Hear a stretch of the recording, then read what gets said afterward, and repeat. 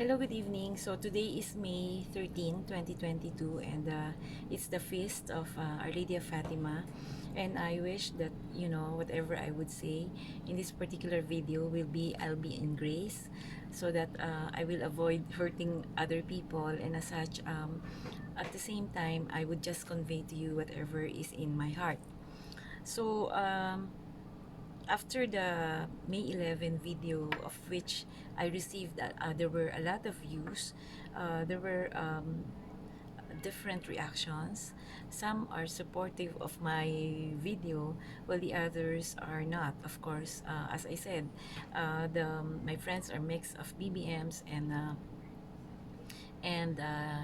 pinks, pink, and as such, understandably, there would be a separate, different reactions. So, after those videos, among others, um, ang medyo addition ang mga anti, or shall I say, not pro for my video, is saying that if I want to unfriend them, it's okay. And then another is napaka-immature ko lang daw naman. And others even said na the others even posted a lot of parang pangtutut pangkukutya, no, ng parang para ako mainis, no. So I don't like to dwell on that anymore, because as it is, at the end of the day, we are still friends, and I consider my friends as real friends. So as such, I would like to just give an update on how on this, so that I could close this particular chapter of my life. So basically, I was hurt initially, but and of course I reacted, which is actually bad, because sabi nga nung son ko, don't react when you are angry. So I learned that from my son. And then um, but after that, I replied. Siguro I would just touch on the issue one by one, on the level, on the saying that I am immature. um, it's your perception, but I would just like to believe that any person undergo a certain phase of grieving, a certain phase of being hurt, and as such, you need to take stock of yourself and grieve, allow yourself to mourn, so that you can grow again, right? So that's my perceptions, maybe because of our different personalities, and our different signs and all that. I'm a Capricorn, I'm a Tiger, so I'm more or less a sentimental person, and some people just can accept things as they are immediately, and another is, perhaps we belong to different age, and perhaps our experiences are really different, no, because if I could tell you my little recollection of the past, during those periods of martial law, it's really not okay, no, because of course I was not caught and all that, because I studied in the university. However, I experienced that wherein talagang ang rally araw-araw, may pillbox na tutunog na lang sa harapan mo and all that. So that's why I make myself secure by ensuring that I'm within the campus. At the same time, I make sure that whenever I'm vigilant enough, and my residence is actually near the university. So pero may mga ganon, mga gulo, na hindi mo alam kung saan lalabas and all that. And of course, some people talaga is nawawala. There were really rights violations at that time, no? So sobrang gulo. And at that time, alam mo ba na wala namang freedom of speech. So ang nangyayari, there are only two publications, Philippine Daily Express and Manila Bulletin, but every news must be approved by the president with his marginal notes, or by the Secretary of Information, who is Francisco Tatad. So in short, walang pwedeng lumabas na mga ganyan kung hindi nila approve, no. Nangyayari din naman yan sa ibang bansa, like China, but the government there is communism, as compared to us, which is democracy, no. So yon, there was even a point na ang taas-taas ng interest rates, and mahirap yung bigas. Naranasan ko talaga na kumain ng kisa. Kisa means it's a garing or rice of kulay brown mixed with giniling na corn, na yung corn ay minsan mas marami pa kaysa sa bigas. So in short, tag dito, masakit sa tiyan sa isang bata na katulad ko. Of course, there was an improvement when Masagana 99 was launched.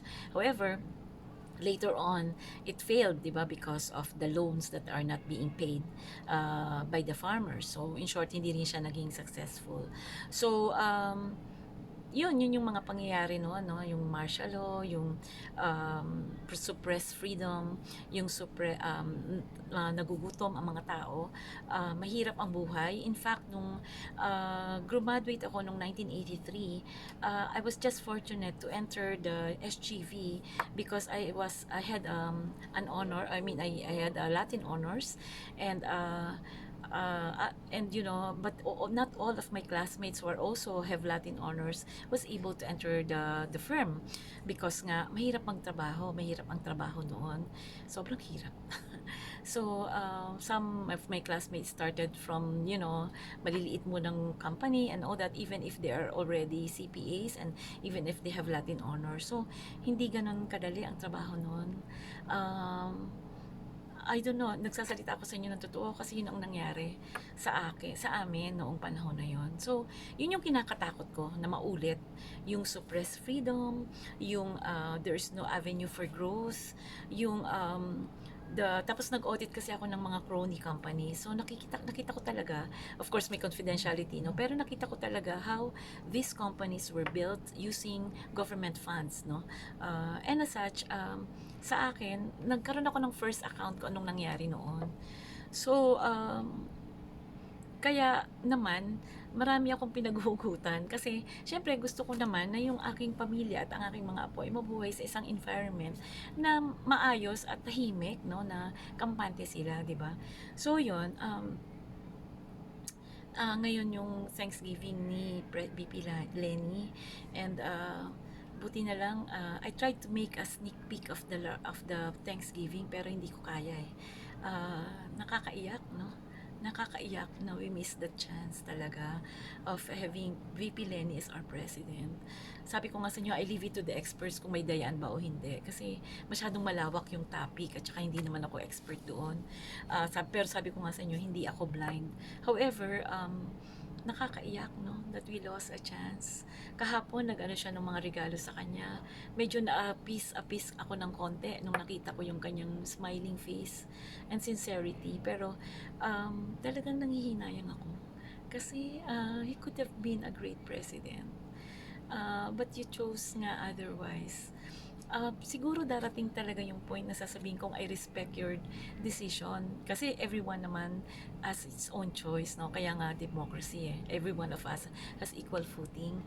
However, nanghihinayang ako kasi baka minsan kasi 'di ba, sabi ko nga, I always teach my children that, you know, before you decide on anything, you should have a complete information because information is knowledge, no. Hindi ko alam na kung kumpleto kayo ng information or iba yung nasa isip niyo or something, or siguro nga magaling din talaga yung PR campaign ng ano eh ng grupo ng BBM, no. So anyway, taking aside on that, agree we have to go on with our lives kasi only us can determine our fate, no. Kumbaga the government can only help as much, although of course I have higher expectations of the government because yun nga, we are paying our taxes dutifully, no.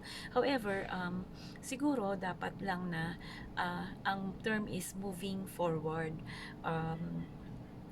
Some say it's moving on, no, pero sa akin siguro is moving forward versus moving on, because moving on means sa akin hindi ko masyadong naiintindihan yung English, pero parang moving on is you still have the hurt, and as such you are just moving on because out of force or out of circumstance, no. However, moving forward is you were able to accept whatever is the current situation, and such you need to move on and, you know, move forward and accept and face the future ahead of you, hoping that it would be as promised by the by your group, would be better, no? So yun, yun lang siguro. uh, Kailangan lang siguro talagang makahinga-hinga, and kailangan lang siguro natanggapin ang katotohanan.